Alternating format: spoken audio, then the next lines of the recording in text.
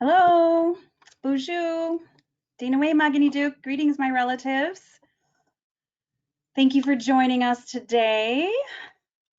I am going to light a smudge for us, and then we'll be getting underway here in a moment.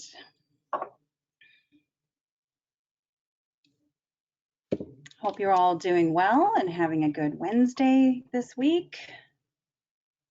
I am going to share my screen. And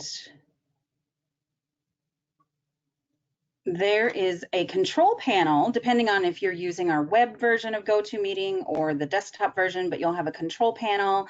Everybody's in listen only mode today. And there's in the control panel, you'll see there's a place where you can ask questions. So as I'm going through today's presentation, if you have a question, please feel free to submit that and we will go ahead and answer those at the end. And I'm going to issue a poll to find out who is on the line today. And then we'll get underway. Can somebody put in the chat if you can see my screen and that you're seeing the correct screen, the one that just has my title slide, not my notes view.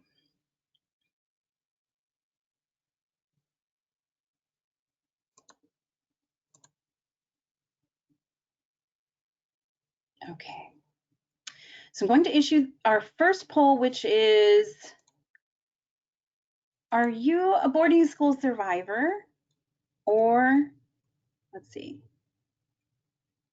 poll must be closed to enable screen sharing. I guess I have to undo this.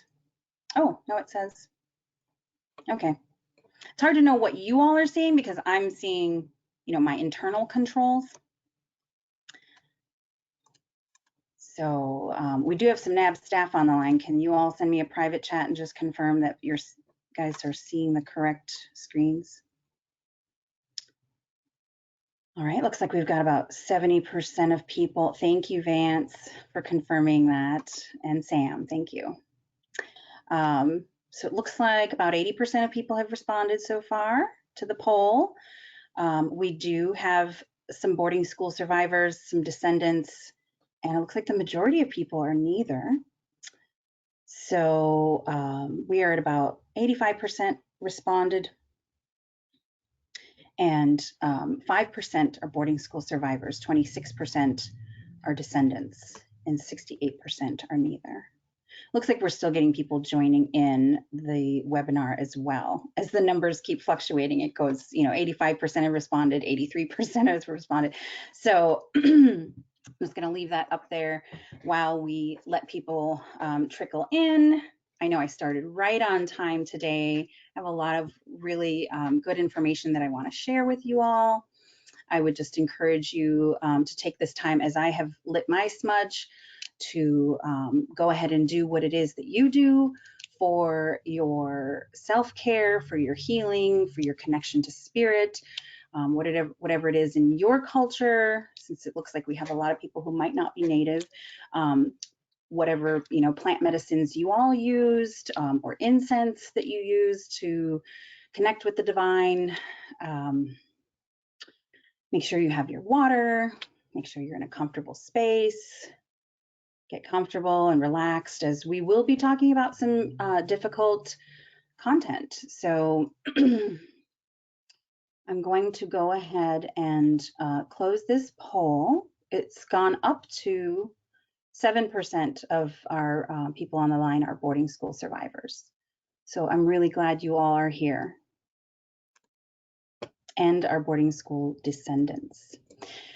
So tell us, also, if you are a coalition member, and then we'll have one more poll after this that asks, what sector you might be joining from. And we like to do these whenever we do a webinar to see who's part of our audience and to see how it changes from webinar to webinar. We had a series last summer where we focused on our digital archive work. And so the audience was very much focused on libraries and information systems, digital archives, records research, and was heavily academic audience. So looks like about a quarter of you are coalition members. That is great. Thank you all for being here. And about 3/4 of you should join the coalition. You can find our membership application on our website, and one of our staff can put that link in the chat for you all. All right, last poll coming at you. What sector are you joining us from? And we are limited to only 5 responses. So these are kind of, you know, lumping a few things together: tribal services or urban Indian services, social work, child welfare, counseling and healing, education, academia, higher ed, or pre-K through 12, library, archival, information sciences, and other. And so far it looks like half of you are other. So if you are other, go ahead and tell us in the chat which sector you're joining from that we did not capture. Sometimes we see when we do this poll and we say, tell us in the chat where you're joining us from, or you know, what interest you have in this webinar and this work, and people will just say it's a personal interest, which is great. It means you're totally committed to hearing about this this work that we're doing, and we thank you again for being here. I'm going to close this poll, as it looks like we have about 7% of people joining from tribal or urban Indian services, 8% in social work, child welfare, counseling or healing, 24% in education, academia, 4% from library, archival or information services, and about 58% other. So that's usually the biggest category, and that's pretty in line with what we see typically. So I will get underway and say that I'm so glad you're here. For those who don't know me, my name is Diindiisi McCleave. And I already greeted you and said, welcome, thank you for being here. Diindiisi Indigenous, Makinakwaju and Dunjiba, Migizi and Dudame. And what I said in Ojibwe is, my name is Blue Jay, and that's Diindiisi, and I am from Turtle Mountain Reservation, and I am Eagle Clan. I'm also the Chief Executive Officer for the National Native American Boarding School Healing Coalition, and we are based in Minneapolis, Minnesota. Today, we are kicking off our 2021 webinar series, and the theme for this year's webinar series, which will go through the end of the year, we'll have a new webinar each month. The theme is healing, boarding school healing, mind, body, spirit, and heart. And I may have said those out of order, so I hope my comms person is not upset. But really, we wanted to make it a little more holistic this year, as in the past we focused a lot on the research, and which keeps us in our head space. And the research has been very important. It's been critical to the truth telling of this whole truth and healing process. However, it is important that we also make time to connect with our heart. A lot of times when information comes into our head, it can often stay there, or we might be having some emotional heart experiences or responses that might not integrate. And so what we want to do is make sure that we're connecting all parts of ourselves, that we're also acknowledging our spirit and taking care of our bodies. If 2020 taught us anything, hopefully it was how to do better self-care during the pandemic. So we're just going to take a minute to ground ourselves. I'm going to share with you a breathing exercise, and there's the screen, the slide for the series for this year. And this is an exercise that I learned from Dr. Gabor. I'm forgetting his name now. Blanking, but you guys probably know who I'm talking about.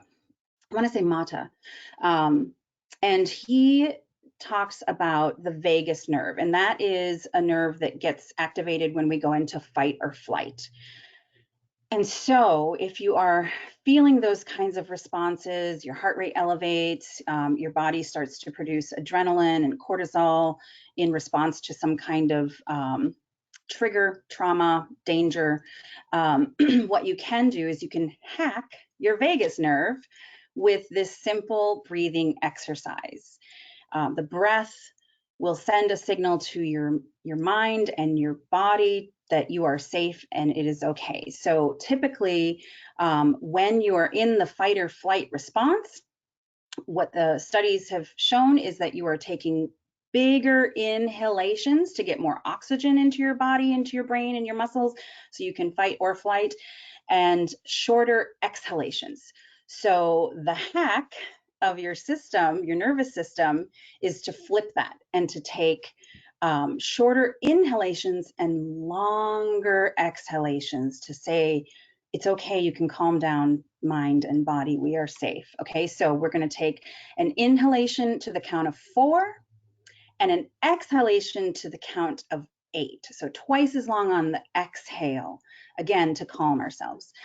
So here we go. We'll go at the, we'll inhale on the count of 4. So inhale, 1, 2, 3, 4. Exhale, 1, 2, 3, 4, 5, 6, 7, 8. Inhale, 1, 2, 3, 4. Exhale, 1, 2, 3, 4, 5, 6, 7, 8. We'll do one more time. Inhale, 1, 2, 3, 4. Exhale, 1, 2, 3, 4, 5, 6, 7, 8. And I usually do that for about a minute. And sometimes as you're trying to make your exhale slow and last all 8 counts, sometimes by 6 and 7, I'm not breathing at all. I'm just sitting there. I don't have anything left to exhale. And so I just wait to inhale. So I hope that was helpful for you all and that you feel nice and grounded and relaxed. Hopefully that sent the message to your body that everything is okay and we are ready to go. So for those of you who may not be as familiar with our work, I imagine most of you are very familiar with us as you heard about this webinar through our regular communication channels. And so just to recap, our vision at the Coalition is Indigenous cultural sovereignty, and our mission is to lead in the pursuit and understanding of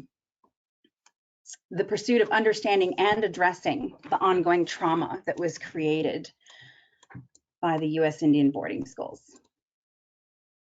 So I am trying to change something on my screen here. Just a second. That is not what I wanted. Okay, it started typing my words for me. Okay. And our staff, we are a staff of 5. Me, our CEO, and Sam Torres, our Director of Research and Programs, Stephen Curley, our Director of Digital Archives, Vance Blackfox, our Director of Communications, Jennifer Blevins, our Operations Manager. We are also hiring, so please go to our website if you are interested in seeing the positions that we have open and share those with qualified individuals. The deadline to apply for the multiple positions that are open is April 18th. So today we're going to talk about truth and healing. We're going to talk about the history, the work, the movement, and the commission. Just a little recap, I'm a big fan of context, right? And the historical context here is very meaningful to the truth and healing movement around boarding school experiences.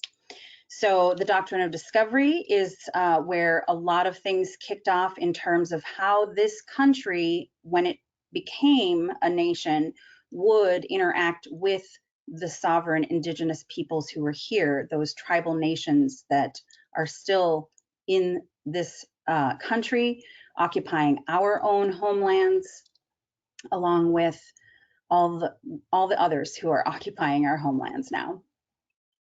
So this idea that came from the doctrine of discovery was manifest destiny, and the doctrine of discovery has been used in the Supreme Court of the United States to justify the taking of Indian lands. And what you can see on the screen here is a partial image of a timeline of federal Indian policy that we have as part of our Healing Voices primer to Indian boarding school history.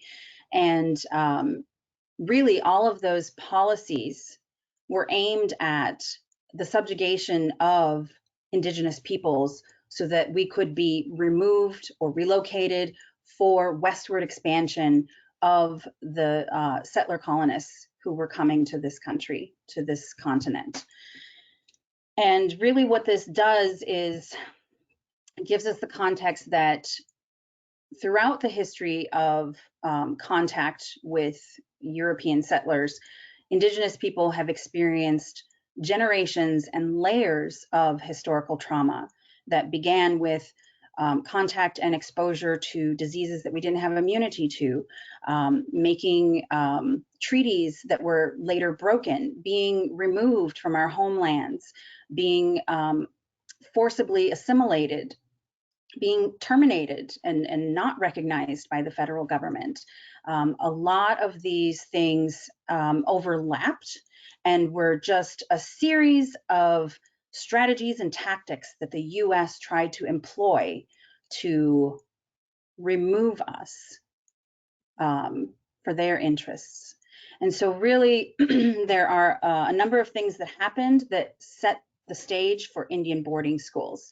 In 1819, the Indian Civilization Fund Act created these funds that were meant to pay out some of the things that were promised in the treaties, right? The Indian treaty said, on behalf of the tribal sovereigns, we will cede these lands to you, and on behalf of the US, in exchange for those lands, we will give you education, rations, and medical, right? So the Indian Civilization Fund was set up to disperse those monies that were promised in the treaties and those services. The Bureau of Indian Affairs was established in 1824 primarily to administer the money from the Civilization Fund. Interestingly enough, or noteworthy enough, it was established under the Department of War because that was the branch of the government that was mainly engaged with tribal nations. By the time we get to 1868, Grant's peace policy declared that we were in an era of peace with tribal nations and that there was an end to treaty making. And also as part of the peace policy, he wrote in, because there were some of these Indian agents in the BIA, of course, because they were in the Department of War, which had previously just been, trying to exterminate Indian people. They were corrupt, and they, in some cases didn't deliver the rations, or they were mistreating or stealing the money. And so to replace these corrupt Indian agents, the government said that they would let the Christian missionaries access those civilization funds and disperse them. And so this is what sets the stage for church-run, government-funded boarding schools. And in 1888, the Commissioner of Indian Affairs said the only alternative left is civilization or annihilation, absorption or extinction. And so the policy of the United States went from Indian war and just trying to kill Native Americans to trying to assimilate them and absorb them into this new society that was being formed as the United States. Henry Pratt had an idea as a good Christian man. He wrote a book called The Red Man's Moses, and he said, a great general has said that the only good Indian is a dead one, and that high sanction of his destruction has been an enormous factor in promoting Indian massacres. In a sense, I agree with this sentiment, but only in this, that all the Indian there is in the race should be dead. Kill the Indian in him and save the man. So this is, of course, a famous quote that most of us who are familiar with boarding school history have heard. This was his Christian idea of, instead of just killing us, which was the previous policy, that we were capable of being civilized, and that we should be assimilated. And so he opened the first federal off-reservation Indian boarding school, which was in Carlisle, Pennsylvania. Brief summary of boarding school history in a nutshell is that from 1879, when Carlisle was opened, to approximately, around the 1970s, when we entered the self-determination era, and a lot of boarding schools were either closed or handed over to the tribes to be run. There were approximately 367 Indian boarding schools in the United States across that 100-year time span. They were government funded, and they were either run by the government or run by churches. Their policy was assimilation, but essentially it was genocide. And Indian children were forcibly abducted in some cases. They were sent away from their homes and families so that they wouldn't run away to return home. They were stripped of their clothes, their hair was cut against their will. They were treated as objects. They were given a number, like in a military camp or in an internment camp.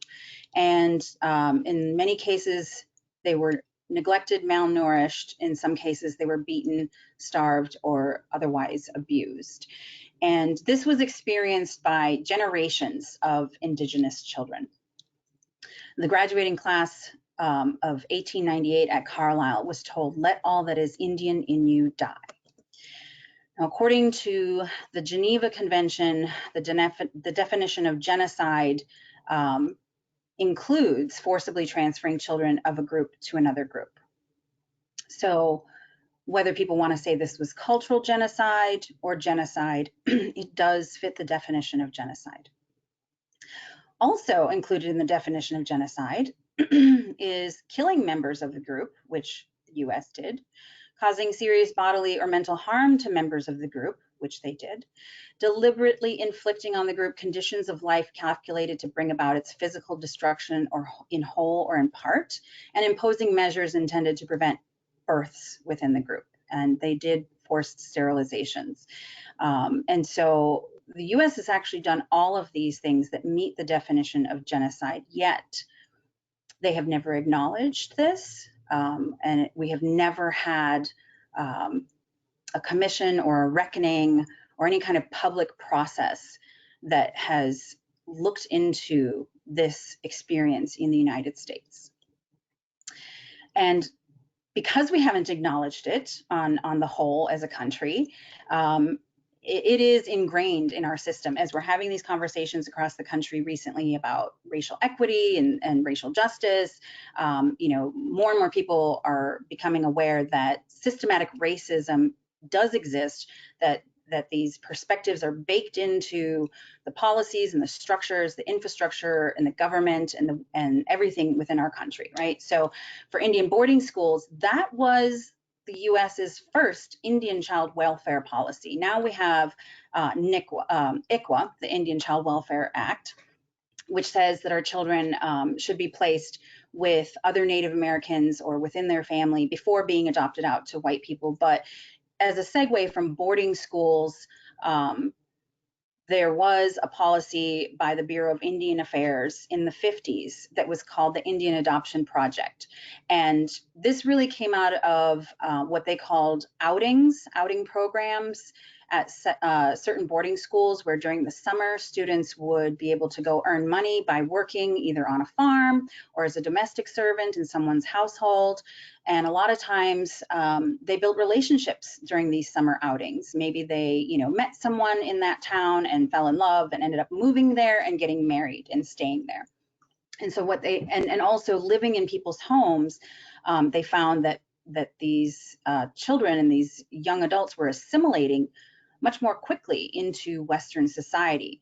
And so they realized it was much cheaper to have these children just be adopted directly into white homes than to run these expensive Indian boarding schools. So they, the Bureau of Indian Affairs created the Indian Adoption Project. They placed ads like this in the paper. They said the children come in all hues and colors. And this was the beginning of taking our children straight into white people's homes. And by the 60s, about 1 in 4 Native children were living apart from their families. And despite the Indian Child Welfare Act being passed in 1978, Native children today are still placed at higher rates per capita than any other ethnic group in foster care and adoption. And that is despite the Indian Child Welfare Act, because, like I said, this was systematic. This is the policy that the US started off with, was to remove our children and assimilate them. Okay, so truth in healing, the work. I'm going to get a little personal here and tell you that I think for a lot of us, this is personal. My family's boarding school history is that my great-grandfather, John Willett, who's pictured on the right here, did attend Carlisle Indian Boarding School from 1910 to 1915. And he was, as you can see, he was an adult. He was 20 years old when he went to Carlisle. And when he left, he was 25, and he left there with a 3rd grade education. And he was recruited there by Pop Warner to play football. And interestingly enough, he was there at the same time as Jim Thorpe. So he played football with Jim Thorpe. However, my family never told me this story. I was actually working for the Boarding School Healing Coalition for almost a year when I was asking about my grandfather, Buddy Willett, who's pictured on the left here. I was asking about his boarding school experience. He went to Marty Catholic Indian School, and then later he went to Haskell, which at the time was a vocational college, later became a junior college and is now a university. And when I was asking about my grandpa Bud's boarding school experience, that's when my uncle told me that my great-grandfather also went to boarding school. So it just is another example of how we may not know some of the stories in our families, and that we should always ask, and ask multiple relatives, because I asked many times before I finally got this photo from our family album of my great-grandfather. And now I can be very proud of him, but also I'm still sad because that's another generation of boarding school experience in our family. And then one time I was listening to someone else's presentation on boarding schools, and I saw this slide, and you can see this is my great-grandfather here, and this is my great-grandfather down here. And I went up to the person afterwards and said, I think I saw my great-grandfather in your slides, and we went through the pictures and they sent them to me. And I just thought that was interesting. And so I always share that example, that when you're sharing these historic photos, just remember that these are people's relatives. When we had our first conference in 2018, and we held it in Carlisle, Pennsylvania, for the 100-year anniversary of the closing of Carlisle, we had the great-granddaughter of Tom Torlino come and speak about her experience and the family's experience of seeing their relatives' face used very often to depict the boarding school era. So my family's boarding school experience led me to do some research. When I went to go get my master's degree, I was pursuing a master's in leadership, and I was working in a corporate environment, and I was going to do leadership development, and it just wasn't inspiring any passion in me. And I realized what I really wanted to look into was this history, that the Catholic Indian boarding school my grandfather went to I believe he had negative experiences there, although he never talked about it. He said he never wanted to step foot in the Catholic Church again. And I was, as an adult, experiencing a lot of disconnect with this idea of being raised Catholic, as a lot of us in Turtle Mountain were and are, and being a Native American person who historically we've experienced a lot of harm through organized religion, through Christianity. And so I ended up doing my thesis titled Spiritual Leadership in Modern Day Native American Culture and Approaches to Native American Religion and Christianity. And so I really wanted to look at the areas of conflict and the areas of compatibility in these two religions, if you will, although Native American spirituality is technically not a religion. So the results of my study were that I found there were Native American people who practiced Christianity exclusively, who were wholeheartedly Christian and happily so. And there were those who blended Christianity with Native American spirituality and culture. And there were also those who practiced Native American spirituality exclusively and wanted nothing to do with the Catholic or Christian church. So if you think about that as a spectrum, there happened to be more people in the middle who were blending the two theologies, if you will, to varying degrees. And so what I found was that the biggest area of conflict seemed to be around the role of spirits, angels, demons, and ancestors in spiritual practices. And those terms are, of course, coming from those various perspectives, right? And that those whose practices blended Christianity and traditional Native spirituality were much more tolerant of other people's religious perspectives and practices. I had interviewed leaders from various churches, and that the churches who had cultural activities and language classes being hosted in their buildings tended to be the ones that were blending, that were more accepting and tolerant of both religious perspectives. In 1978, in the self-determination era, we also had the passing of the American Indian Religious Freedom Act, because in the beginning, when our children were taken to Indian boarding schools, they were beaten if they spoke their language or if they practiced any of their spiritual ways, their traditional ways, not even necessarily like a spiritual ceremony, but anything that was, culturally reminiscent of their tribe. And so in 78, the House of Representatives assembled and resolved by the Senate and said, quote, that the policy of the United States would be to protect and preserve for American Indians their inherent right of freedom to believe, express, and exercise the traditional religions of the American Indian, Eskimo, Aleut, and Native Hawaiians, including but not limited to access to sites, use and possession of sacred objects, and the freedom to worship through ceremonies and traditional rites. So we had to have a special act passed for our religious freedom because of the previous policies to assimilate us and to make our practices illegal. So what's also interesting to note as part of my thesis was that of independent Native Christian churches, what's called peyote religion, or the National Native American Church, was the most significant and widespread pan-Indian religion in the 20th century in the US, in America and Canada. And approximately 250,000 members at the time that I quoted this. And the name for the church developed from its beginnings in the early 1900s and evolved to include all of North America. Structured like the Christian church out of both necessity and belief, the peyote religion views the flesh of the peyote cactus as the flesh of God given to them for communion with the great divine. So it's noteworthy that the US passed religious freedoms for Native Americans because the Native American church was very instrumental in getting the American Indian Religious Freedom Act passed, but that it had to be our spiritual ways represented as a Christian church, organized as a Christian church, suggesting the acculturation of Western symbology necessary for the survival and approval of Indigenous ceremonies. So, despite the fact that we had to form as a Christian church to get our religious freedom, to not be, you know, as threatening as previously thought, we still do now have that religious freedom, and we don't have to keep our ceremonies in secret anymore. So my conclusions from my research was, you know, that the history of the church and Native Americans cannot be overlooked. In fact, it must be addressed for the well-being and spiritual health of Native American people.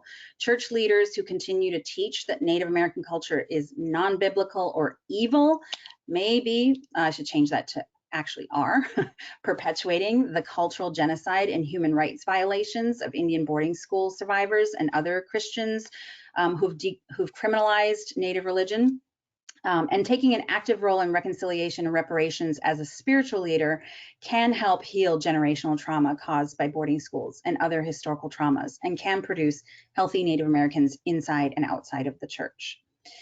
So my recommendations, one of these is a quote from someone else and the other is mine, but quoting a speaker, an anonymous speaker at an event.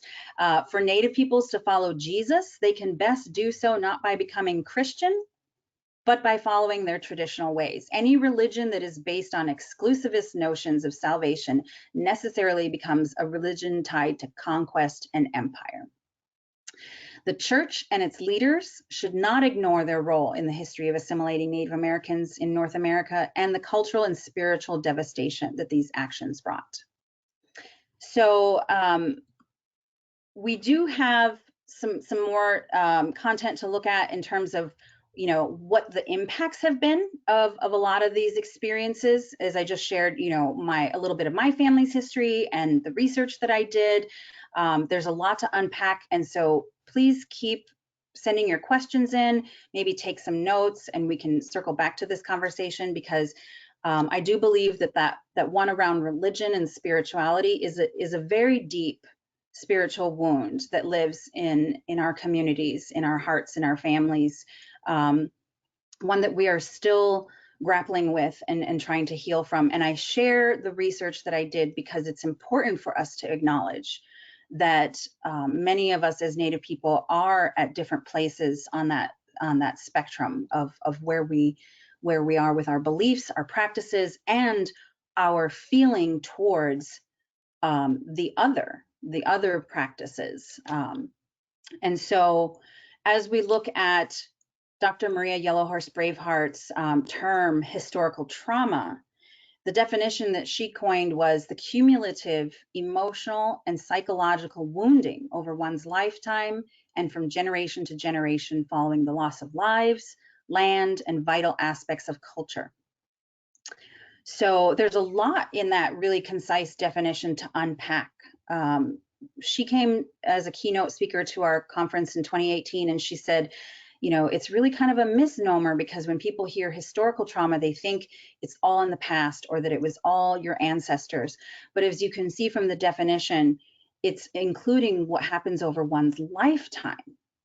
I would argue that the entirety of humanity living on the globe right now has just experienced historical trauma through the pandemic. Not one human being has escaped that, right? So because it is a cumulative effect, it was emotional and psychological. We lost lives, we lost vital aspects of our culture. And one interesting thing to note is that as the pandemic really set in and people started to realize this was long-term, and mental health professionals started talking about the grieving and the loss of our normal way of life, and they talked about it like it was new. They talked about it like, oh my gosh, this has never happened before. And I talked about this at our virtual healing summit in November. And I thought, yeah, except for Indigenous peoples, we're over here going, yeah, no, this is not our first rodeo. This is not the first time we have experienced historical trauma. So that's important to remember as well, because it does layer. And, you know, you can have this historical trauma, you can have acute trauma, you can have post-traumatic stress, and you can have intergenerational trauma.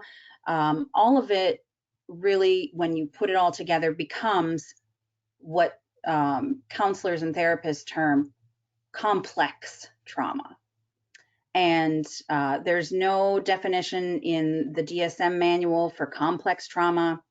And it's really understudied because most of us do have more than one kind of trauma. And we've got these layers of complex trauma.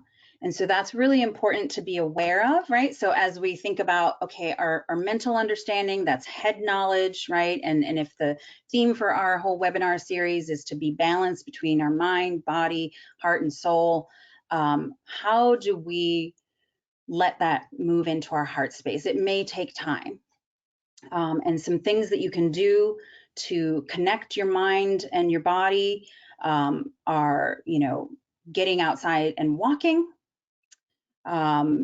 doing exercise, meditating, focusing on your breath, and you can do other things to kind of connect your head to your heart, journaling, talking to a loved one, talking to a counselor,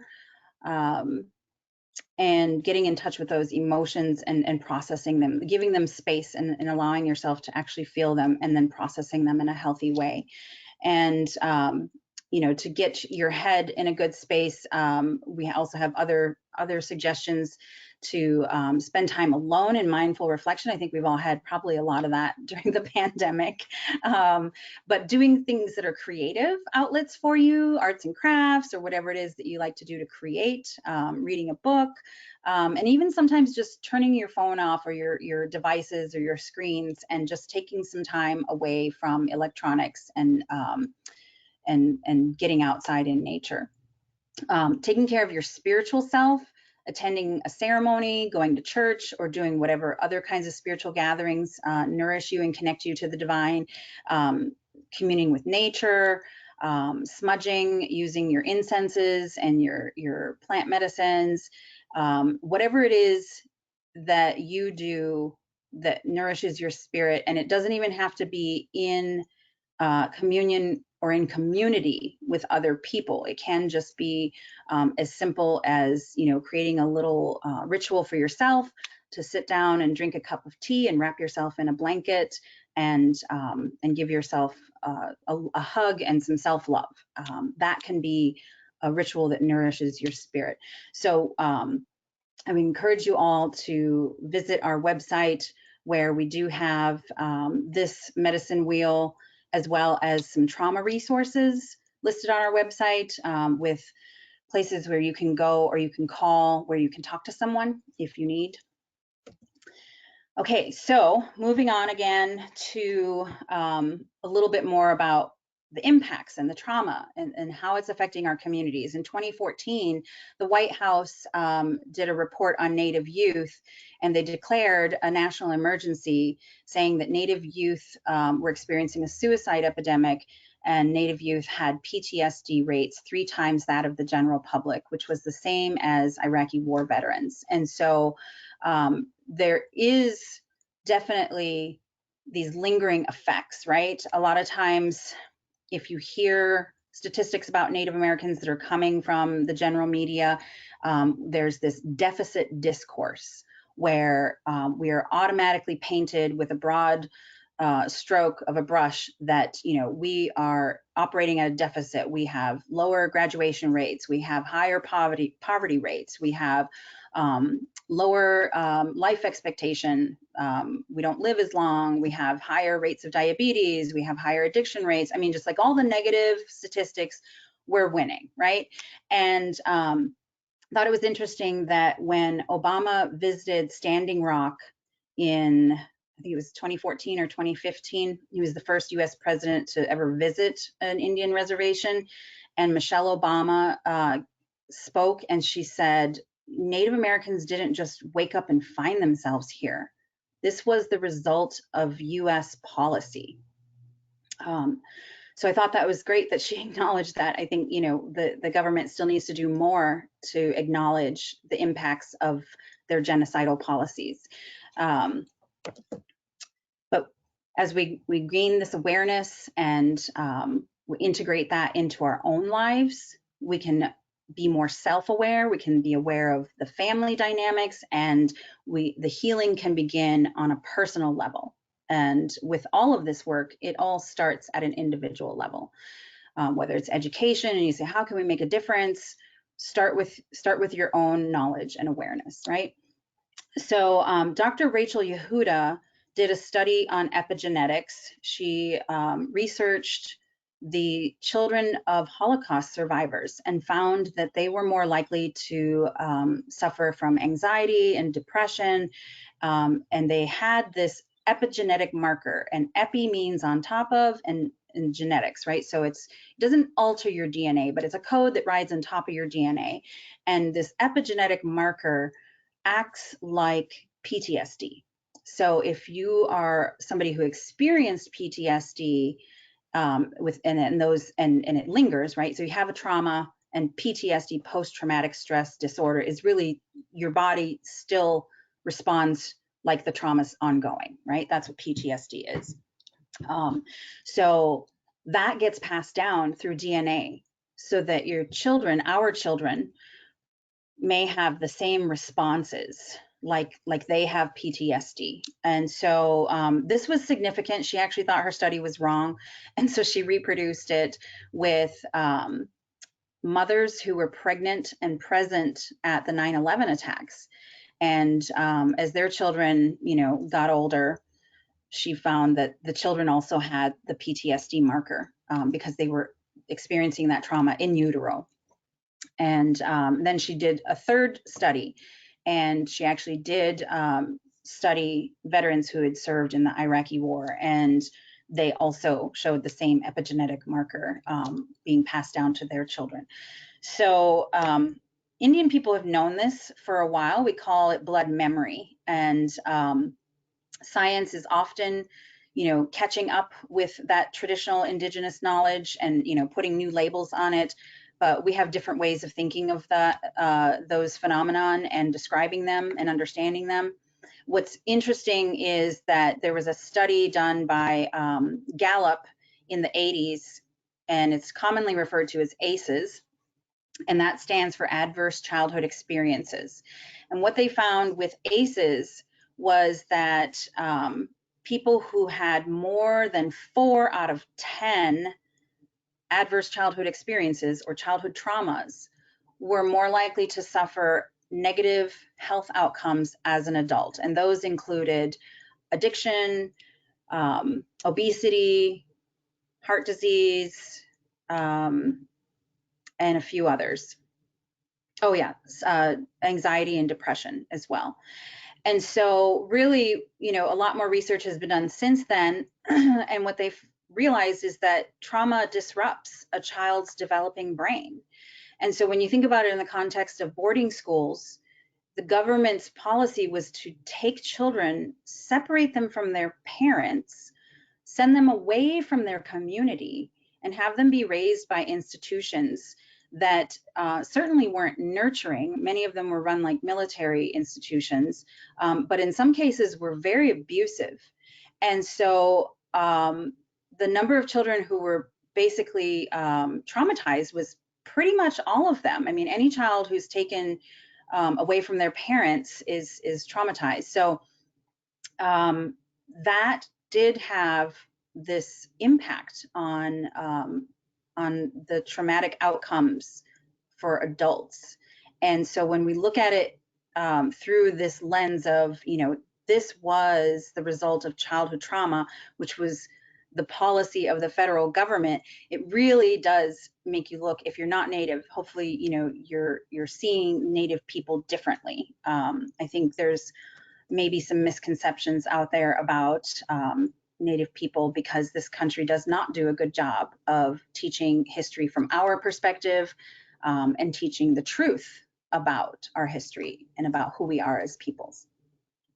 So if we carry intergenerational trauma, and we do, then we also carry intergenerational wisdom. It's in our genes and it's in our DNA.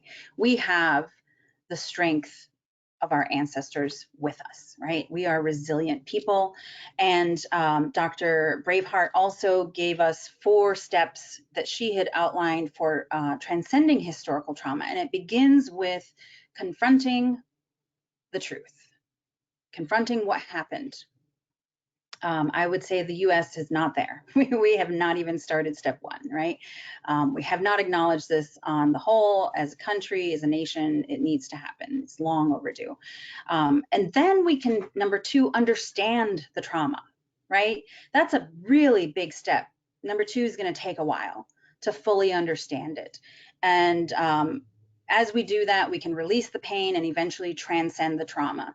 But really, 1 and 2 are crucial. And I believe that 3 and 4 happen as we do the first couple of steps of this work. So we had a previous board member, Patsy Whitefoot, talk about her boarding school experience. And when we asked her about healing, she said, we need to continue to hold up our children, our babies, because that's who we are in the future beyond our life here.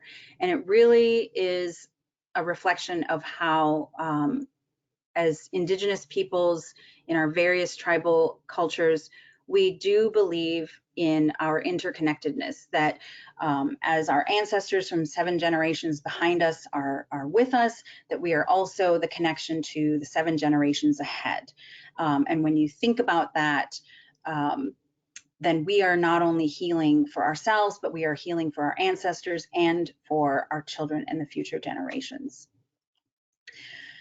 So when we talk about healing and moving this work forward, it does all begin with the truth, with, you know, confronting the trauma and what happened. It's a complicated narrative. There are many stories to be told, many voices that have never really been heard.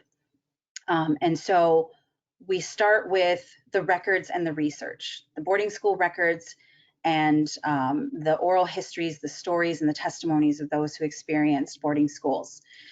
We have a little bit of information here, a little statistic that by 1926, the Indian office estimated 83% of Indian school-age children were attending boarding schools. There are footnote numbers there. This is an image taken from our publication, Healing Voices. And I believe that these numbers came from Adams' Education for Extinction. And really, he estimated these numbers because nobody really knows how many children went to boarding school. In fact, when we did a FOIA request to ask the BIA how many boarding schools they had in the US, their response to us was that they didn't do research. And so with the help of Dr. Denise Lashmadair and countless other researchers that we've engaged with over the years, we have come up with this list of boarding schools. 367 schools in the United States. 73 remain open today. 15 of those are still boarding students. And so no one else really has a list like this. The United States doesn't know. And so, and it took Dr. Denise a long time to do the initial research. And as she shared this with the coalition when she was our board president, and then we engaged more researchers and continue to work with the list and continue to work with Dr. Lashmadair, it's still evolving. We're still double checking, you know, sometimes we find a duplicate or a school that was renamed, or, you know, every once in a while somebody looks at the list and goes, the boarding school that I went to isn't on here. So we're still finding schools. I don't think this will grow too much more, but you may have in the past heard the number 500 boarding schools, and we believe that included day schools. So this list is strictly boarding schools where children actually lived at the school for, you know, 9 months out of the year. And so that's quite a lot of schools. In Canada, when they had their Truth and Reconciliation Commission, they only had 150 schools in Canada. So almost 3 times as many schools here in the US. And so as part of our commitment to decolonizing data, we uphold Indigenous data sovereignty. And what is Indigenous data sovereignty? It's the right of Indigenous peoples and nations to govern the collection, ownership, and application of their own data. So this is about decolonizing the way academia has traditionally interacted with tribal peoples and tribal nations.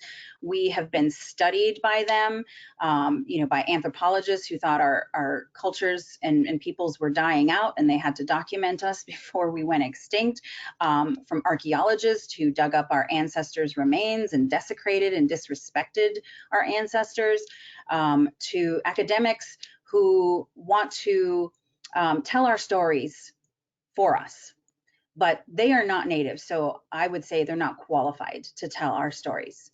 And so we do uphold Indigenous data sovereignty and are committed to that in all of our work that we do to counter the threat of what we call academic colonization, which is the perpetuation of this paternalistic settler colonial mindset, taking over Indigenous spaces. I actually rewrote the definition, so I need to update that.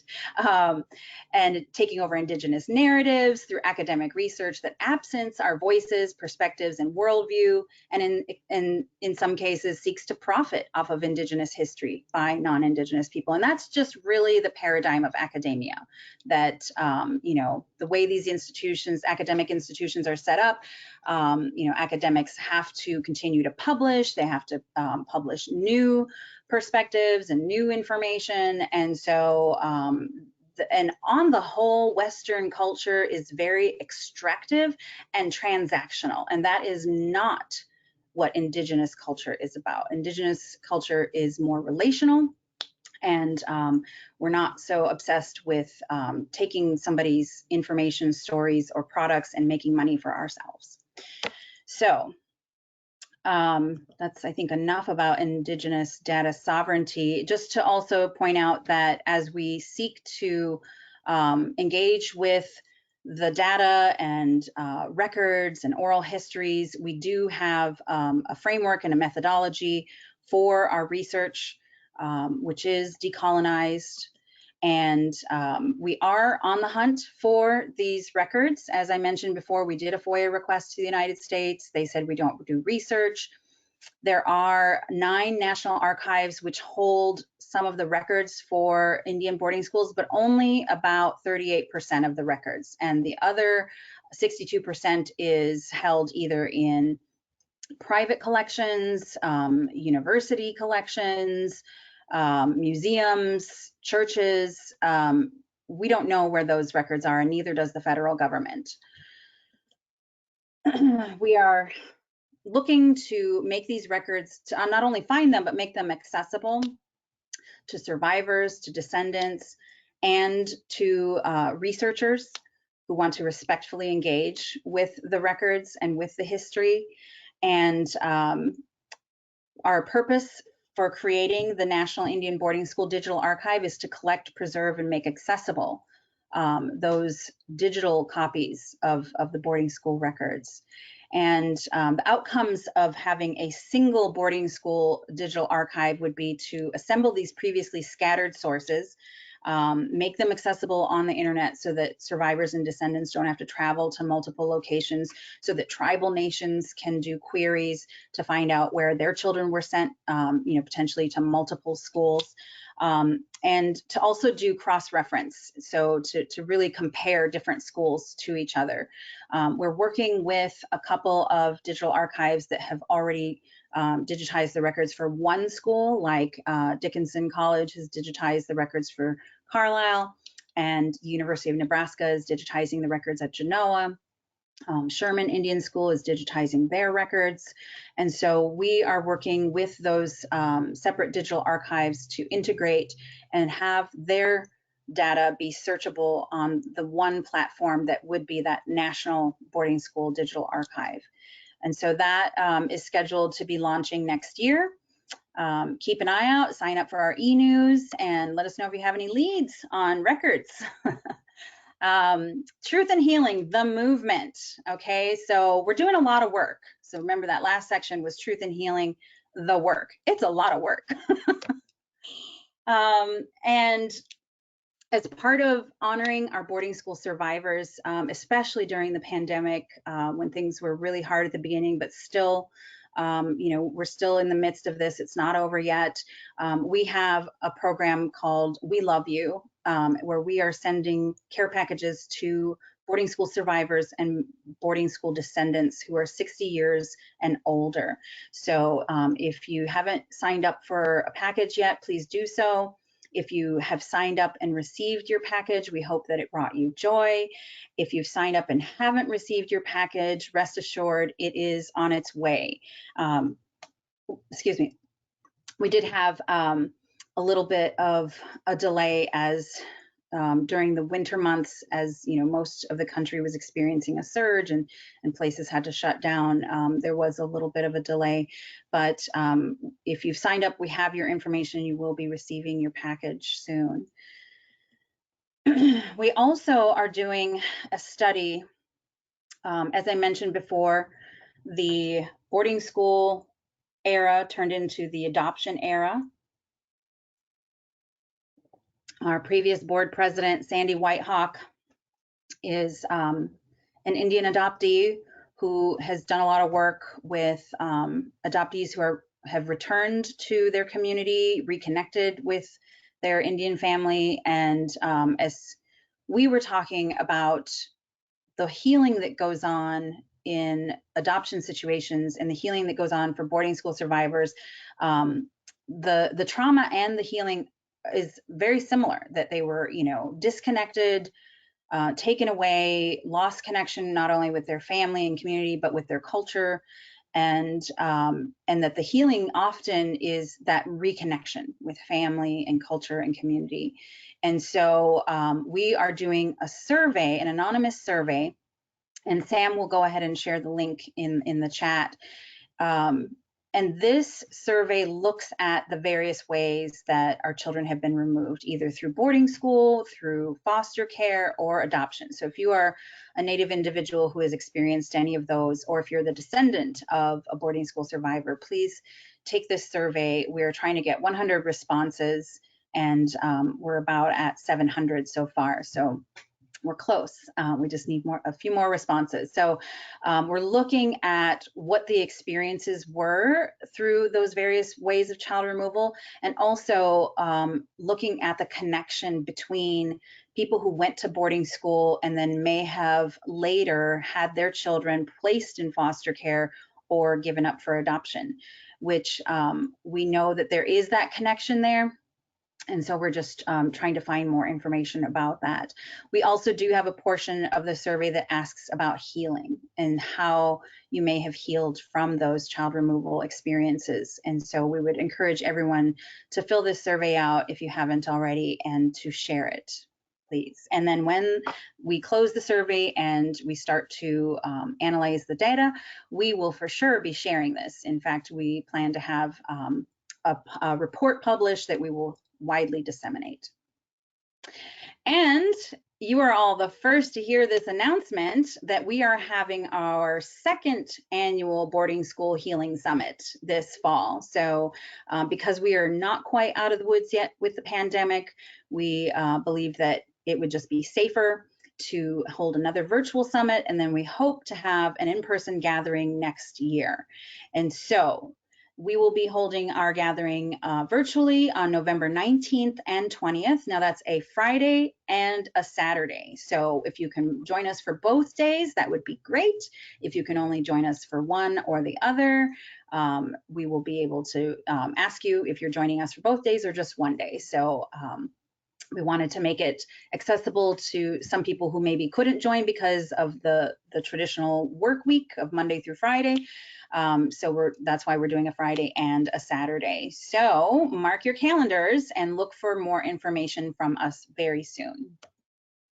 Okay, here it is finally. I went slower than I thought. An hour later, I'm finally getting to the commission, okay?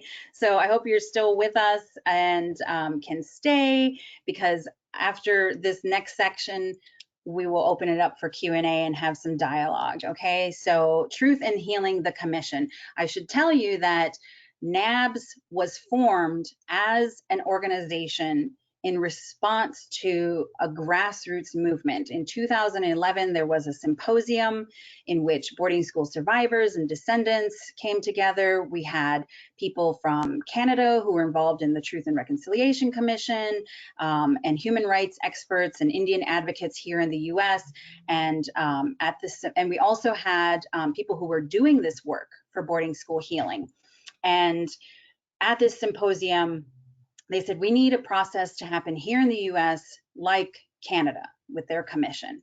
And so they decided to form NABS, the Boarding School Healing Coalition, as a formal organization, as a 501c3 nonprofit. And the Native American Rights Fund stepped up to the plate and said, we'll be their fiscal sponsor, we'll help them get established. And so that is how we were brought into being as an organization, as a nonprofit in 2012. And so it has always been, even though our mission has maybe been restated a few times over the years, it has always been the purpose of this organization's existence to move this work forward. It may not say commission in our mission, but we believe that that is one of the ways to address and understand the ongoing trauma of this federal policy. It's also important to note that as we've looked at other commissions that have happened around the world and in the US, we know that a commission is an important tool and something that absolutely needs to happen, but it is not going to be a silver bullet. And so I will talk about that more in a second. I would say that we have to acknowledge the murder of George Floyd because his untimely and unjust death sparked a global movement. And as we saw the protests happen here in Minneapolis almost a year ago, with Black Lives Matter marching and people standing in solidarity and joining with Black Lives Matter to say that we have had enough, and that police brutality is also one of these examples of systematic and institutional racism, and that this country needs to change. We saw that ripple across the nation and around the globe, that people were marching in all kinds of countries, in Paris and London and in Brazil. So we know that this struck a chord. And as a result, we've seen a lot of people trying to respond to it, either in the corporate sector, in the nonprofit sector, and philanthropy, in legislation, to varying degrees of efficacy. I think some people just want to check a box and say, yeah, we did our part. We hired some more brown and Black people.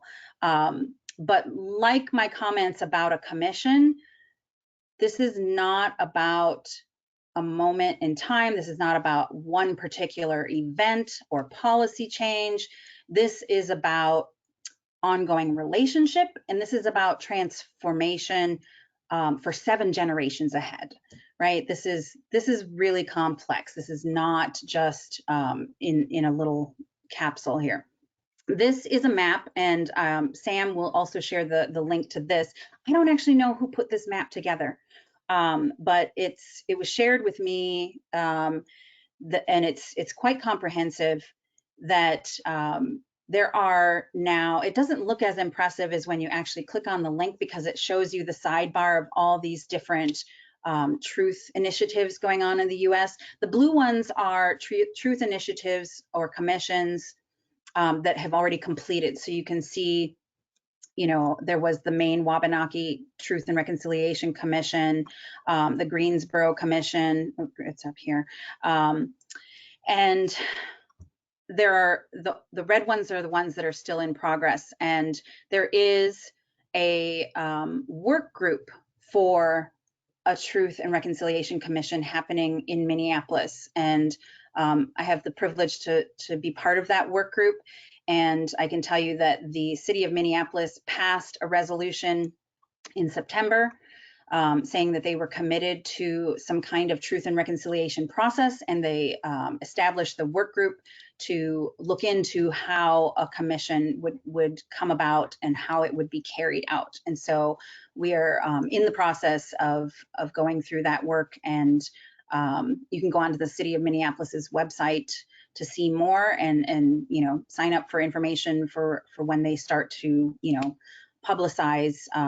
The work group is not done.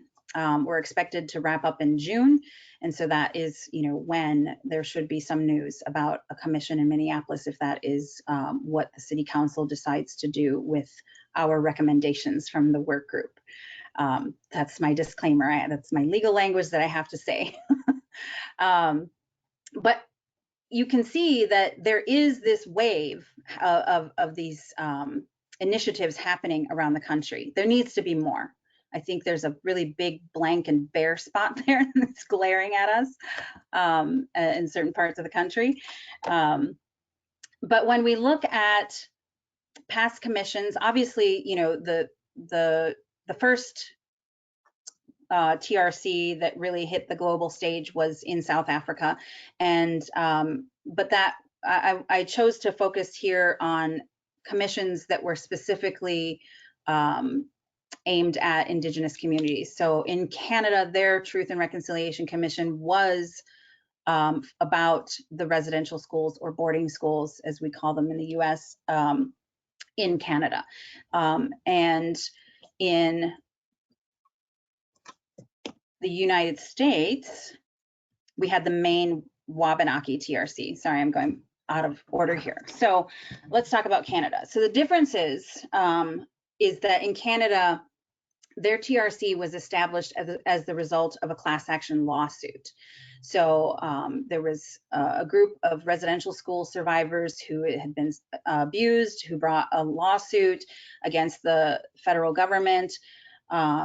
Canada's government settled that lawsuit, and the claimants agreed to use part of the settlement funds to establish this Truth and Reconciliation Commission. As part of the commission, Canada court-ordered the records from those schools to be brought to the commission and analyzed.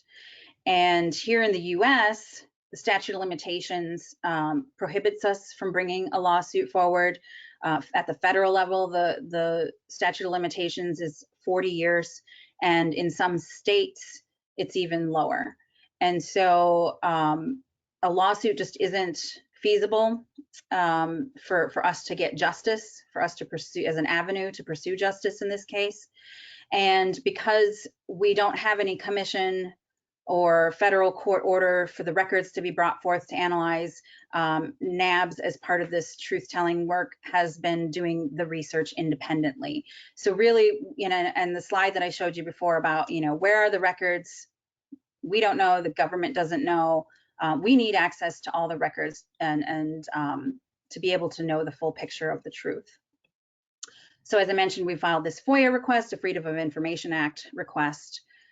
It was closed. They said they don't do research, and they left us on our own to do the research independently. In 2019, we also filed a submission to the United Nations Working Group on Enforced and Involuntary Disappearances under the Human Rights Council, asking about the children who went missing at Indian boarding school, whose whereabouts are still unknown. And at the time, of course, under the previous administration, we did not hear a response. We are looping back with the United Nations now that we have a new administration to say, we'd like an answer to this question. In Maine, the TRC that happened with the Wabanaki people was also, an Indigenous TRC, and that was also looking at the removal of Indian children through the foster care system, through adoption, and boarding schools did get discussed. It was not particularly focused on boarding schools, but it was more focused on child welfare and social workers removing Wabanaki children and targeting them.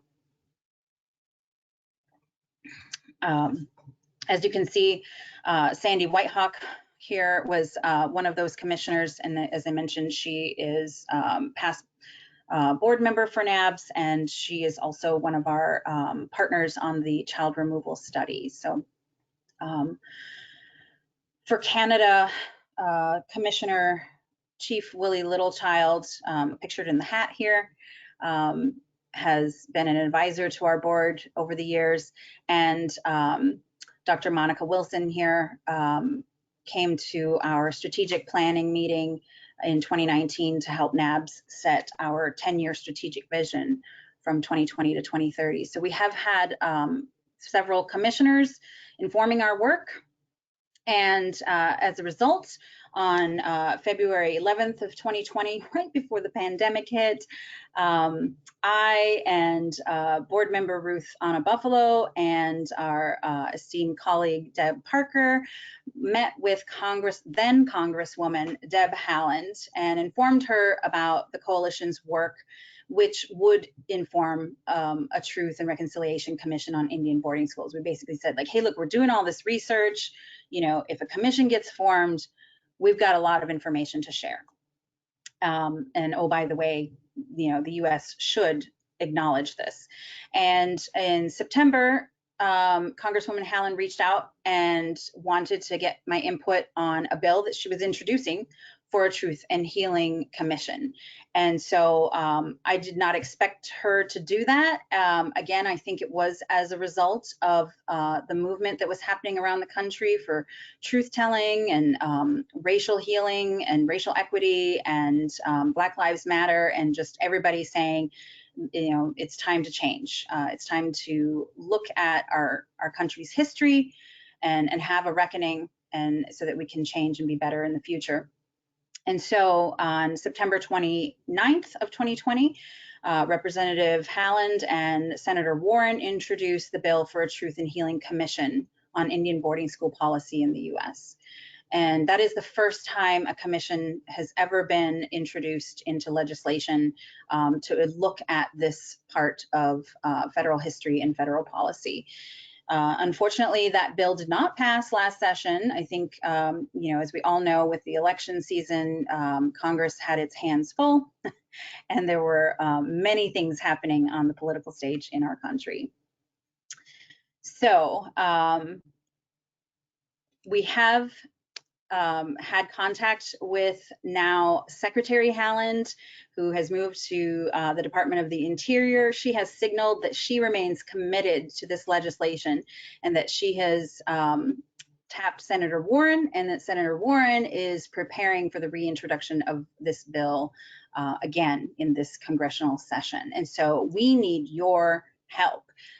We have been asked again to advise some of the upcoming edits to the bill before it is reintroduced, and we want your feedback. So we have a very short Survey Monkey set up, a survey for you to take to help inform us on what you want to see out of a commission. Sam is going to put that link in the chat and share that with you all. So we hope that you will take the time to fill that out. Tell us your thoughts, especially our boarding school survivors and descendants, but the rest of you as well. We want your support, and we want to hear from you all what you think needs to happen.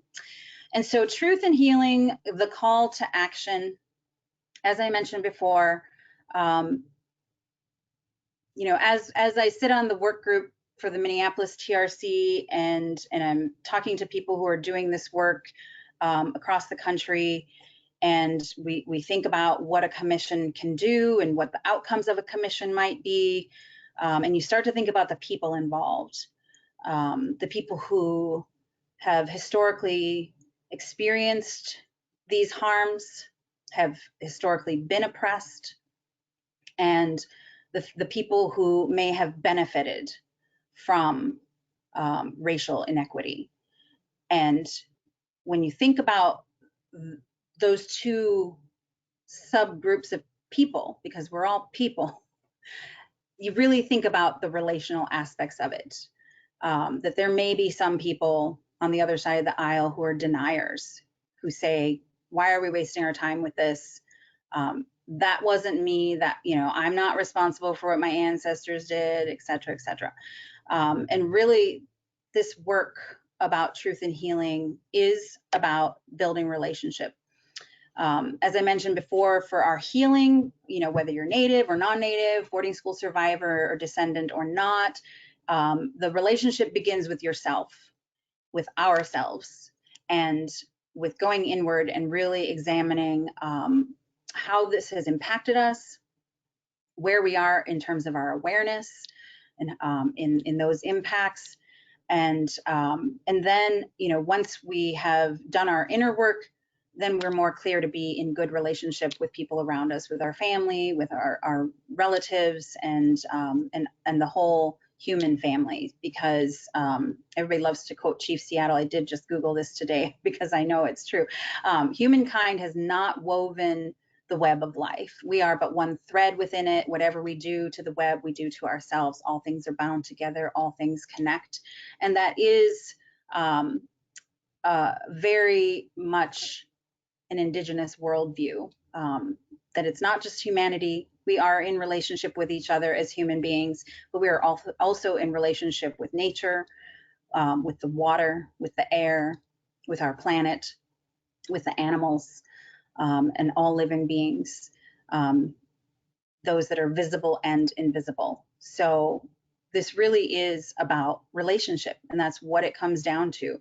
And so we would like to invite you to be in relationship with us, to join the coalition. Your calls to action are, some of them are as follows: to participate in our surveys, join the coalition. It's free, whether you're an individual or a tribe or an organization. Sign our petitions on the website, make a donation, sign up for our e-news, follow us on social media, you know, get involved. There's a database, resource database on our website. There's lots of resources for you there. There's free curriculum. Check out our website, you know, get familiar with all the resources that are there, and then share them, talk about them, use them. There are specific actions on the website for churches, for survivors and descendants, for teachers and community allies. Ultimately, our vision is to restore cultural sovereignty, Indigenous cultural sovereignty that was taken away through boarding schools. And that sovereignty includes the right to set the terms of our healing and reconciliation. You know, hearkening back to my conversation about academic colonization, it's important that Indigenous people, that Native people, that boarding school survivors and descendants are the ones to lead this work. And so for those who are on the line, I really encourage you to reach out and to get involved. So here's our information again, our website and all the various social media channels that we are on. And with that, we will open it up for Q&A. Gosh, I need a drink of water. That was a lot of talking. So let's see. Let me look at the questions.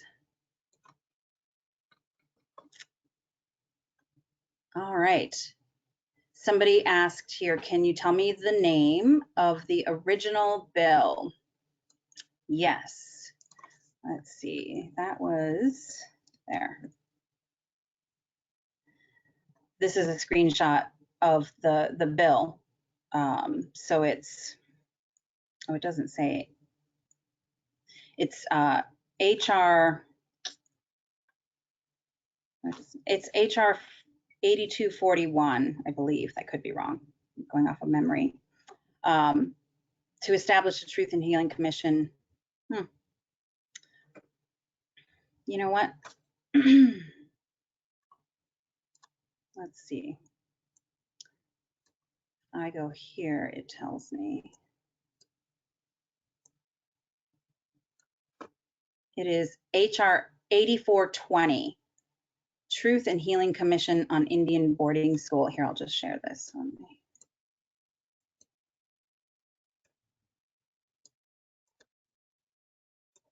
Yeah, so HR 8420, Truth and Healing Commission on Indian Boarding School Policy Act, and that was introduced in the 116th Congress. And this is the survey that we're asking you to take, and it has a link to that bill. I'll go ahead and put that in the chat as well.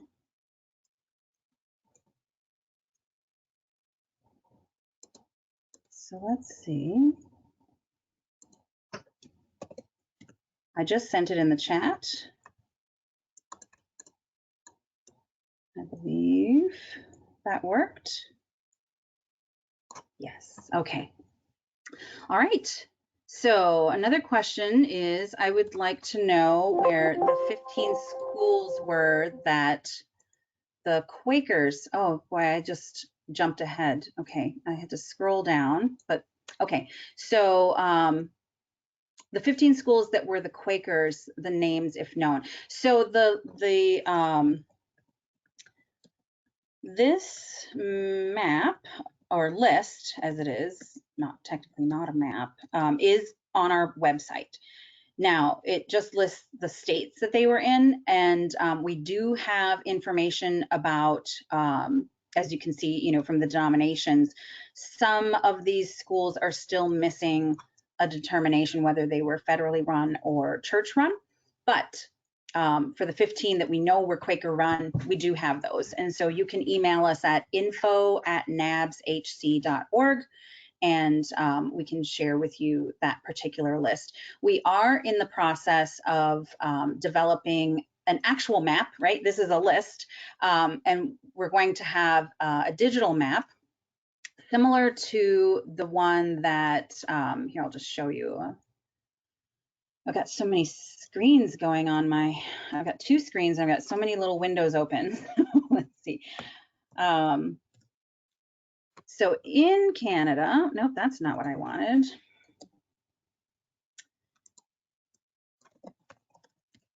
This is what I want.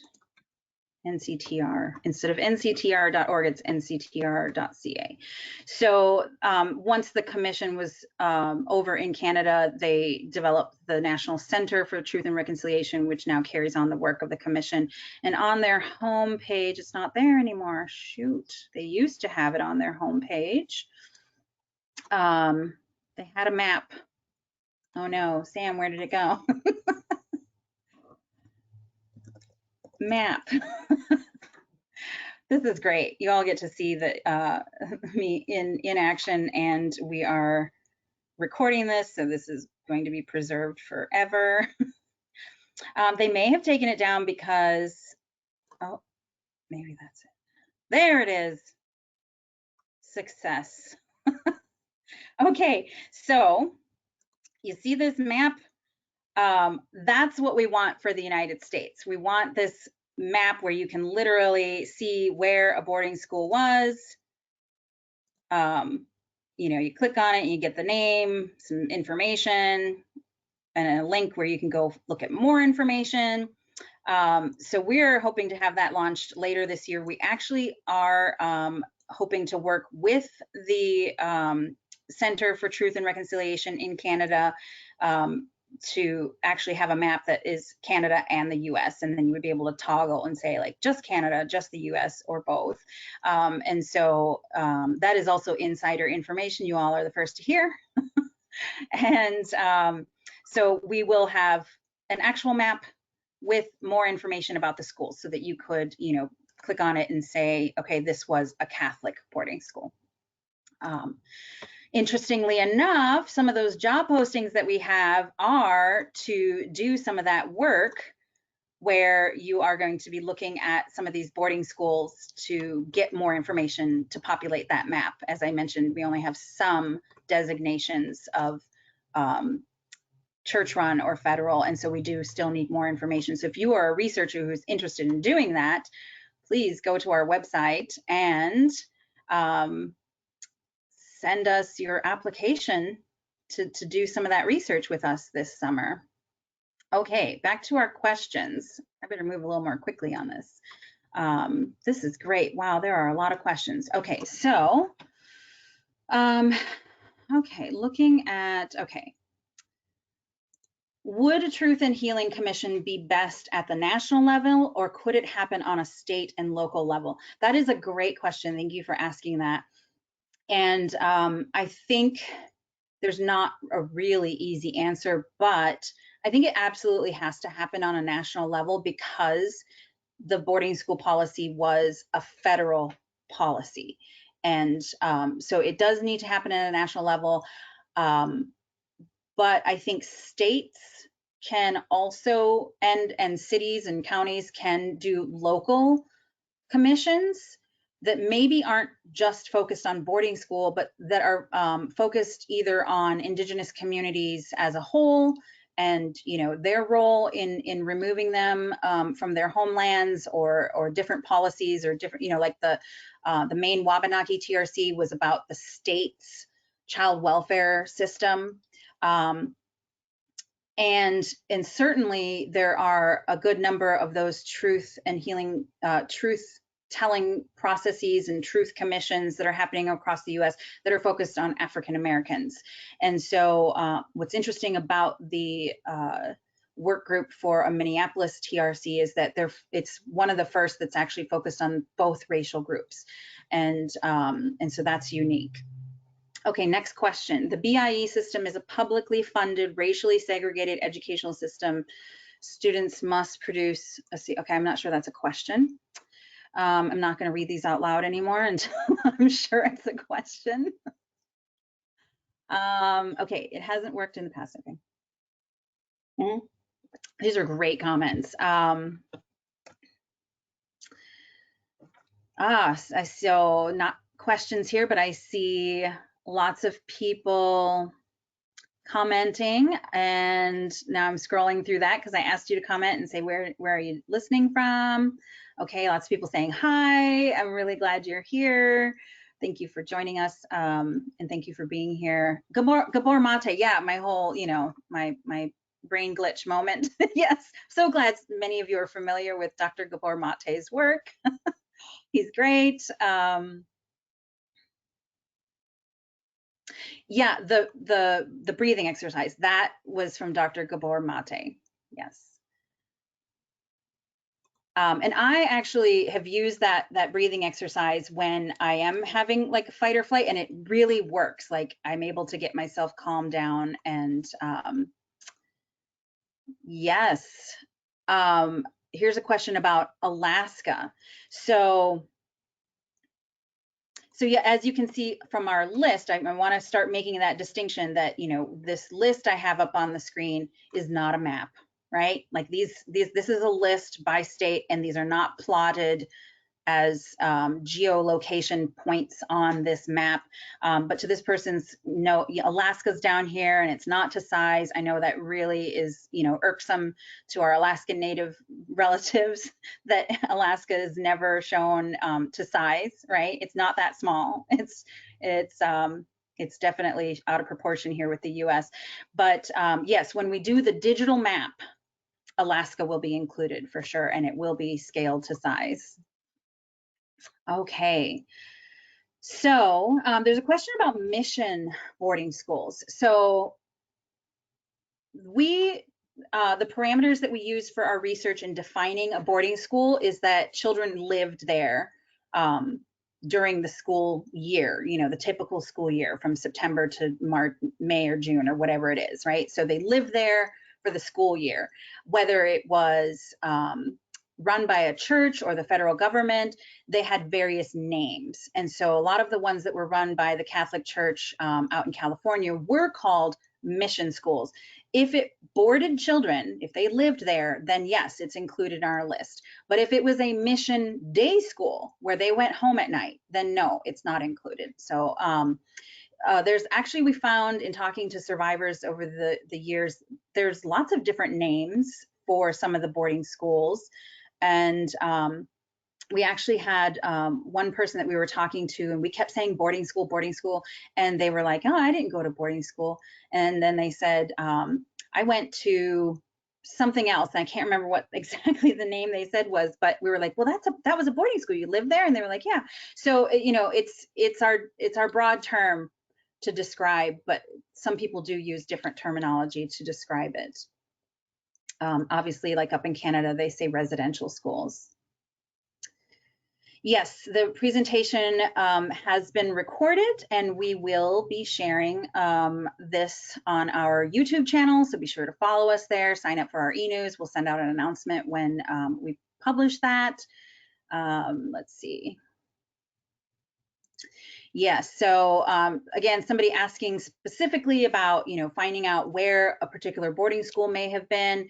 Until we get that digital map published and public, you will just have to contact us to find out specific information. So if you look at the list and you see a boarding school on there, or you want to know more about the denominational, where did it go? Okay, there it is. And you want to know more about the denominational identifiers, you're just going to have to email us. Apologies, but we will have this list map published later this year. Okay, so somebody has given us their email. I will make sure to copy that over. More questions about if it'll be recorded. Okay. Somebody has asked about my thesis. Is it possible to read it? Yes, it is. So it's, I got my master's at Augsburg College, so you can find it there, but it's also on our resource database. Sam, could you put a link in the chat for folks who want to get to my thesis through the resource database on our website? Thanks. Well, this is a question I'm not qualified to answer. Somebody's asking, has Native people used or shifted into other religious traditions, Judaism, Islam, Buddhism, Sufism? I would say probably, but I don't have any data to share on that.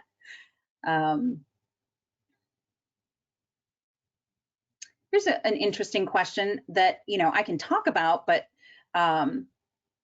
again, I don't think I'm actually qualified to give a definitive answer. Are Catholic schools on reservations that still operate today serving the best interests of American Indian children?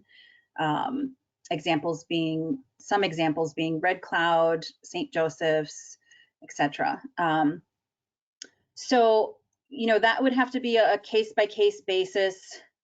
There are other Catholic boarding schools that are still open.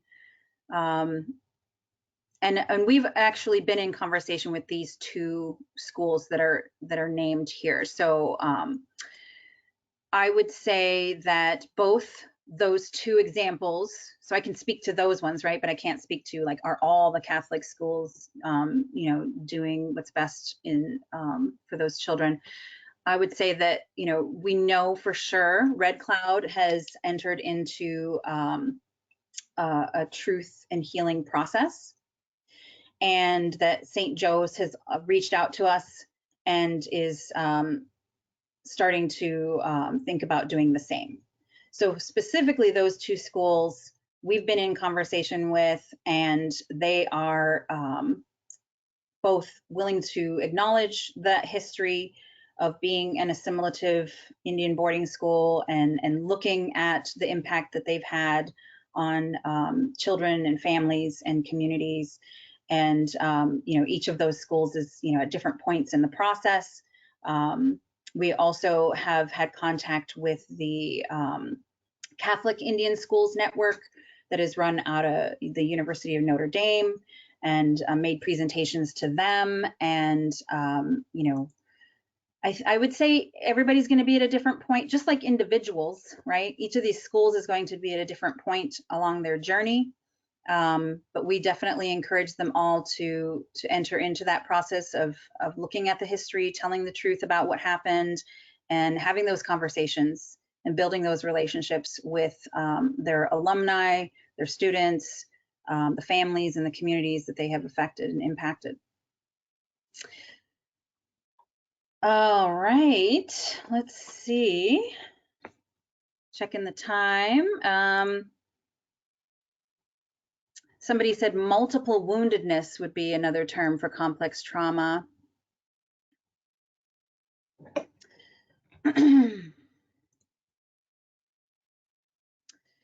Some really good questions that I don't know sure how to answer. I mean, you all, I love that you guys are asking some of these questions, like what should we know about Indian schools that exist, like the schools in Pine Ridge and other places.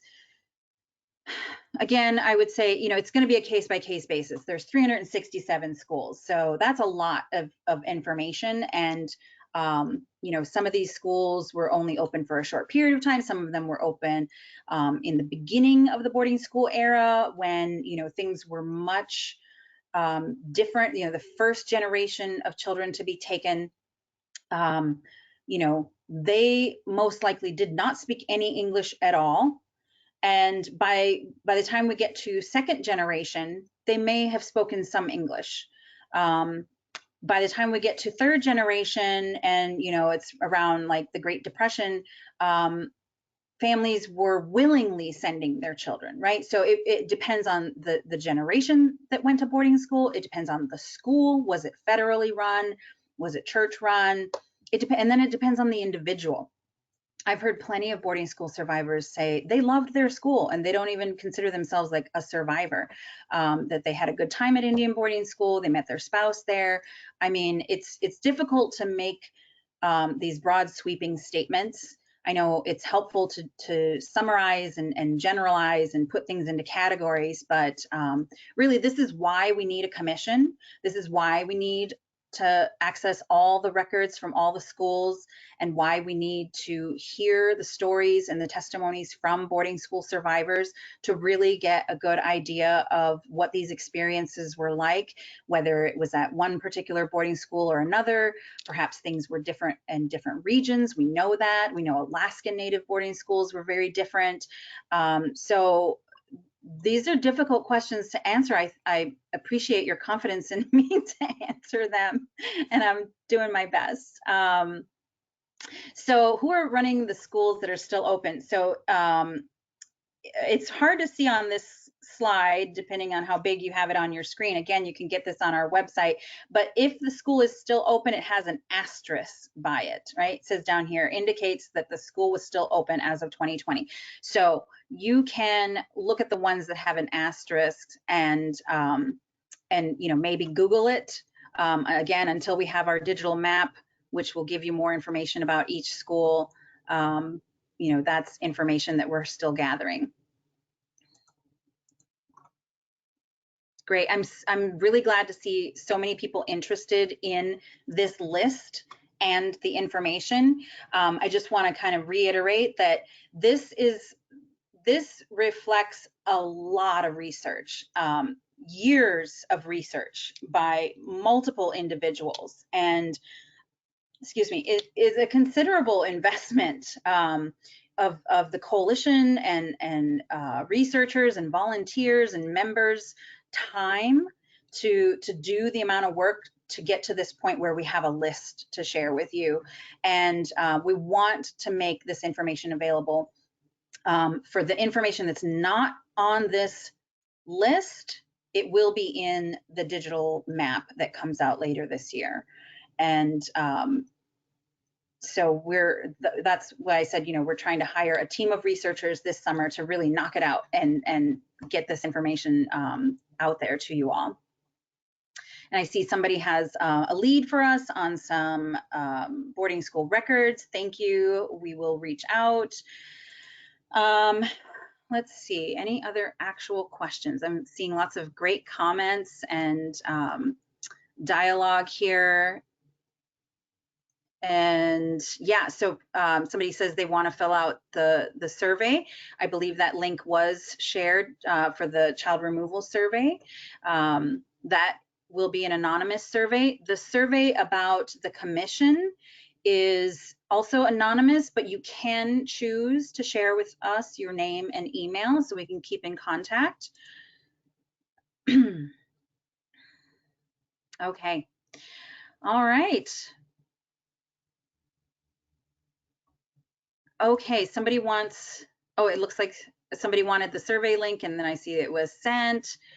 All right. Don't really see any other questions that I haven't already answered. Have there been any churches that have apologized for their roles in boarding schools? Wait, I just lost the question. Where did it go? So that is a good question. I know that there have been church denominations that have repudiated the doctrine of discovery. And Vance, can you answer that question? I can't think off the top of my head if there have been denominations that have specifically acknowledged boarding schools. Sure. So yeah, there have been multiple denominations, Protestant denominations that have repudiated the doctrine of discovery. Some have included boarding school language inside of that, so it was not a side or a focus on boarding schools, like much of our history in regard to admission to being involved. But there are some denominations who are working to be supportive as best they can, and to begin looking at what might need to happen next. Some are considering being members of our coalition, which is excellent. Some are looking at how they might be able to help us find records or archives in different places that the church owns. And so, yeah, so there's not been any that have explicitly said we apologize for boarding schools. Most apologies that have come from denominations are pretty umbrella apologies, but I think some are considering moving in that direction. However, what I would also say is that while an apology is nice, what we really hope for is for more action. So the list that you present to Christine from the call to action, how do individuals, Christians in particular, but also then congregations and denominations engage in those call to action items that you listed, is really what we're hoping for in the future. Thank you, Vance. Yeah, so somebody has also asked about an international Indigenous Truth and Reconciliation Commission. I'm not sure that like how that would, play out, but there's definitely some international venues like the Permanent Forum on Indigenous Peoples Issues that happens at the United Nations in New York, and the Expert Mechanism on the Rights of Indigenous Peoples Issues at the UN in Geneva. And so one interesting thing is that when we did go to the UN to present our filing and allegations against the United States, and I attended the Expert Mechanism on the Rights of Indigenous Peoples, and I met Indigenous people from New Zealand and Australia, and of course Canada, and from Africa, and there were also Sami people from Norway, and I just noticed that there was, and people from South America.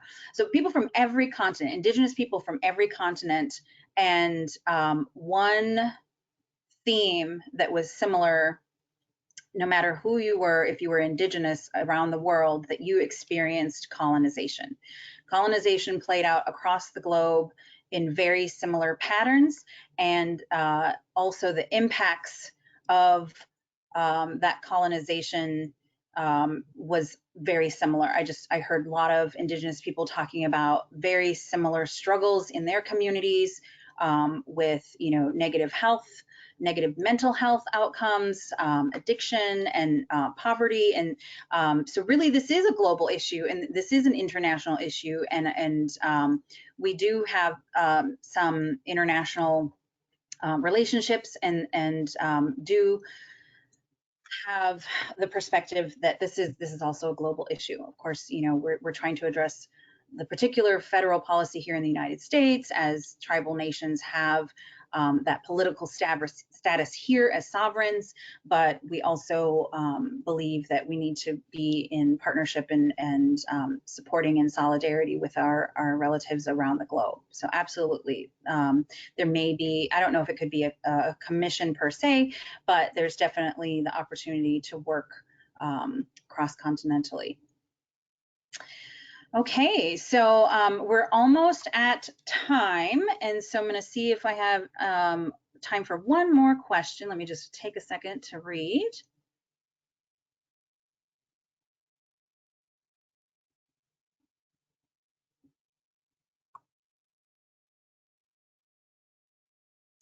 So question about the bill. So because we're in a new session of Congress, the bill that was introduced last session, like any bill that was introduced last session that didn't get passed is, you know, it's done. It has to be reintroduced. And so before Senator Warren and somebody on the House side reintroduces it again, they're going to, you know, make some edits. So, you know, again, fill out the survey, let us know what you think. And yes, Senator Warren will identify somebody on the House side. They'll introduce it in the House, and then assuming it passes in the House, it goes to the Senate, and then assuming it passes in the Senate, it gets signed into law, and we get our commission. So that would be the path to getting our commission signed into law. Okay, so if we did not get to answer your question, I apologize. I will go ahead and take a look at some of these other comments and leads that you've all sent us, and follow up with you if you've put your information in here for us to do so. Definitely, there's more information for you all on our website. And we do have some other really great speakers lined up in the coming months. Our next, I should have made a slide. I'm so remiss that I did not, but our next webinar is going to be in 3 weeks, and that will be announced really soon. And we are honored to have our esteemed colleague and friend, Nancy Bordeaux, who is here in Minneapolis and is a boarding school survivor who does healing work around historical trauma. She's going to come and talk and share what she knows and about her journey and her practices with you all at the next webinar. So we hope that you will join us again for that webinar, and some future webinars will also focus on more of the TRC work. We will, in the summer, after the city of Minneapolis has made its announcement on what it's going to do, I plan to come back and talk to you again about that process here in Minneapolis. And yeah, so just keep an eye out. We'll be announcing the rest of the series as we go. And I hope that you all have a great day. Remember to take care of yourself, drink water, take time for your self-care. There's a lot of information that we went over today that we not only took in, but are also carrying in our minds and our bodies, our hearts and our spirits. So take care of all those parts of yourself, and we will see you next time. Thank you.